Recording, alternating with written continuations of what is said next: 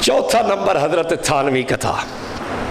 حضرت تھانوی پہ الزام یہ آیا کہ یہ کہتا ہے کہ حضور کا علم چوپایوں کے برابر ہے، جتنا علم حضور کو ہے اتنا علم شیطان کو ہے، چوپائے کو ہے، اتنا علم جناب جی جانوروں کو ہے، اتنا علم گدھے کو ہے، بیل کو ہے، خچر کو ہے، کتے کو ہے، خنزیر کو ہے، وغیرہ وغیرہ۔ حالانکہ یہ پرلے درجے کی ان کی خیانت اور بے ایمانی ہے۔ حضرت تھانوی نے فرمایا کہ نہ مجھے یہ کبھی ذہن میں خیال آیا ہے، نہ میری بات کا یہ مطلب ہے، نہ میں نے ایسا گندا مضمون کبھی سوچا اور زندگی میں لکھا ہے جو میری طرف منسوب کیا جا رہا ہے۔ اب آپ بتاؤ، یہ عبارات کا مختصر سا جائزہ تھا اور میں نے آپ کے سامنے لے لیا ہے۔ تفصیل کے لیے آپ کو یہ فائل یا پھر استاد محترم کی کتاب حسام الحرمین کا تحقیقی جائزہ مطالعہ کرنا چاہیے۔ اس پہ دو باتیں الزامی یاد رکھیں۔ نمبر ایک، اگر حسام الحرمین کا فتویٰ علماء دیوبند کے متعلق سچا ہے، پھر دنیا کی کوئی طاقت احمد رضا خان کو کفر کے پھندے سے نہیں بچا سکتی۔ سن رہے ہو؟ اگر حسام الحرمین کا فتویٰ ہمارے اکابر کے متعلق سچا ہے تو دنیا کی کوئی طاقت احمد رضا خان کو کفر کے پھندے سے نہیں بچا سکتی۔ اس پہ میں دو دلیلیں دینے لگا ہوں، زیادہ نہیں۔ تفصیل کے لیے آپ کو دست و گریباں کی تیسری جلد کا مطالعہ کرنا چاہیے۔ انشاءاللہ آپ کا جو ہے نا وہ ٹھنڈک پڑ جائے گی کہ دیکھو کام کیسا زبردست ہوا ہے کہ یہ اپنے ہی فتووں سے کافر اور بے ایمان ہے۔ ایک بات، مولوی احمد رضا خان کی دوستی تھی عبد الباری فرنگی محلی سے۔ عبد الباری فرنگی محلی کو مولوی احمد رضا نے حضرت تھانوی کی کتاب حفظ الایمان دکھائی جس میں متنازع عبارت ہے۔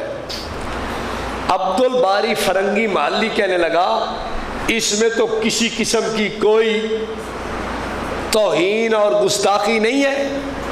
احمد رضا نے مثال سے سمجھایا، اس نے کہا نہیں کوئی گستاخی نہیں بنتی۔ احمد رضا خاموش ہو گیا اور اخیر تک اپنی دوستی اور محبت کو برقرار رکھا۔ اب میں آپ سے پوچھتا ہوں، جو حضرت تھانوی رحمہ اللہ کے بارے میں احمد رضا نے فتویٰ لکھا ہے، وہ فتویٰ یہ ہے کہ جو حضرت تھانوی اور دیگر علماء کو کافر نہ کہے وہ خود کافر ہے۔ اب بتاؤ اس فتوے کی زد میں عبد الباری فرنگی محلی آنا چاہیے تھا یا نہیں؟ آنا چاہیے تھا۔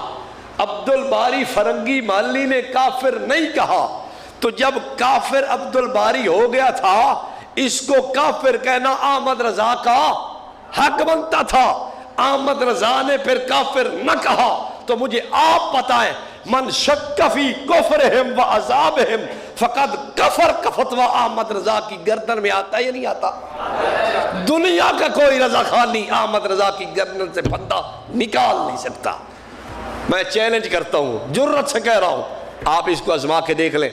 دوسری بات سن لو، اب مولوی احمد رضا نے جو الزام ہمارے اکابر اربعہ پہ لگائے، یہی الزام شاہ اسماعیل شہید پہ لگائے۔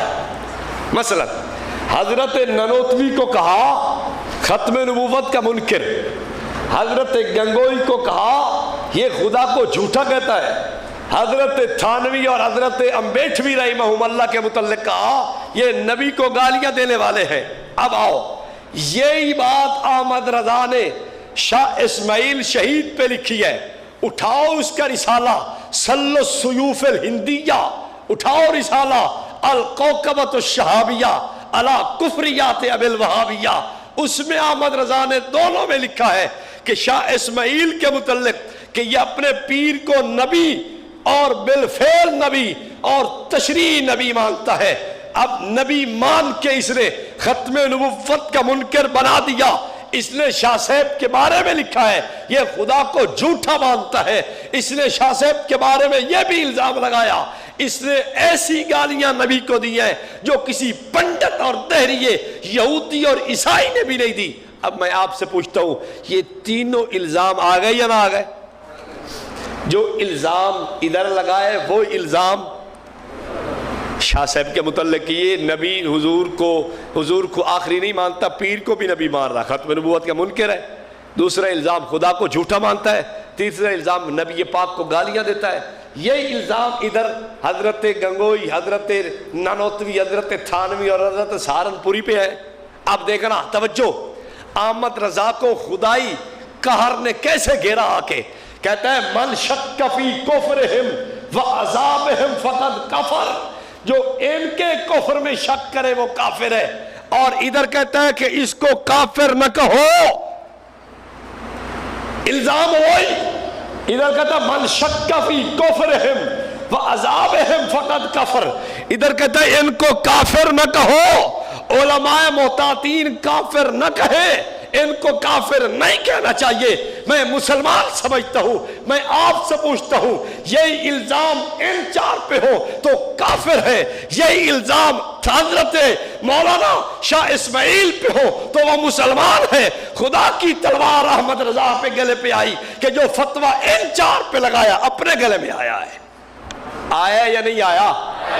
کہتا ہے ان کو کافر نہیں کہے گا تو خود کافر۔ یہی الزام شاہ اسماعیل شہید پہ اور کہتا ہے کافر نہ کہو، تو یہ فتویٰ کس کے لیے آیا تھا؟ اسام الحرمین کا فتویٰ احمد رضا اپنے لیے لایا ہے، ہمارے لیے نہیں لایا۔ اور بات سمجھ آئی ہے؟ تفسیر کے لیے آپ مطالعہ فرمائیں اسام الحرمین کا تحقیقی جائزہ، اس کو آپ دلائل سے یہ دو نکتے سمجھ لیں، دنیا کا بریلوی آپ کے سامنے نہیں ٹھہرے گا اس عنوان پہ۔ اور یاد رکھو عبارات پر گفتگو ہو تو پہلے حسام الحرمین کو لائیں، بس پہلے حسام الحرمین کا اچھی طرح تیا پانچا آپریشن کریں، اس کے بعد باقی عبارات کی بات ہوگی۔